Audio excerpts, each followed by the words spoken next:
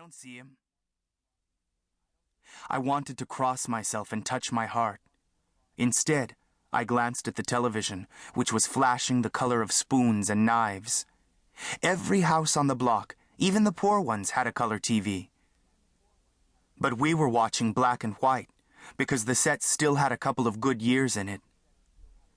When a soldier was hurt or killed in the movies, the blood was gray. When a husband thrust flowers into a wife's smiling face, the fist-like blooms were black.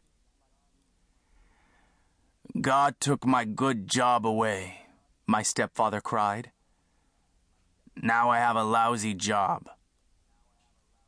"God didn't take your job," I almost snapped, angry that he should even think such a thing. "Your boss did."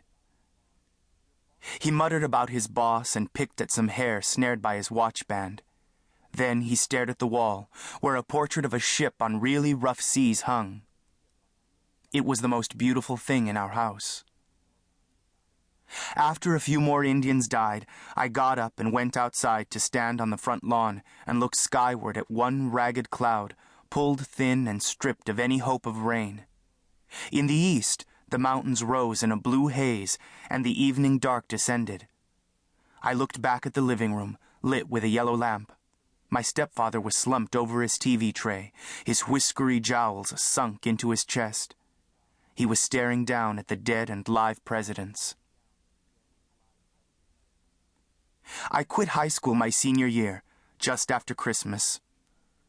My brother Abel, a year older than I and already in City College, helped me fill out forms for spring classes. We moved out of the house believing that if we got an apartment, we could finally be happy. We each got $90 a month from Social Security. Our father had died when his body was caught in the rollers of a giant machine at Valley Industrial. We were small, twigs of flesh then, and our relatives had stuffed our pockets with candies and dollar bills. At the funeral, I pulled out a Milky Way and took a bite. With my hand over my mouth, I chewed, looking down at the dirty floor. The sweetness rolled in my mouth and disappeared. Our Social Security money might be enough to live on, we figured, and if not, we could do field work. After all, it was spring. The fields were green with the sweet plugs of onions and beets, with cotton and the first unraveling of tomato plants. We could drive in any direction and come upon plum and apricot orchards. There were cantaloupes in June. In August, there were the grape fields, which we knew as a dusty hell where you crawled on your knees, cutting bunches of grapes into pans. We found a cottage apartment near downtown Fresno. The screen door was ripped. The windows were grimy, and a filthy line of moss bred where the swamp cooler leaked. But the rent was only $110. The walls were a dirty white, and 2 doors were darkened with crayon scribbles.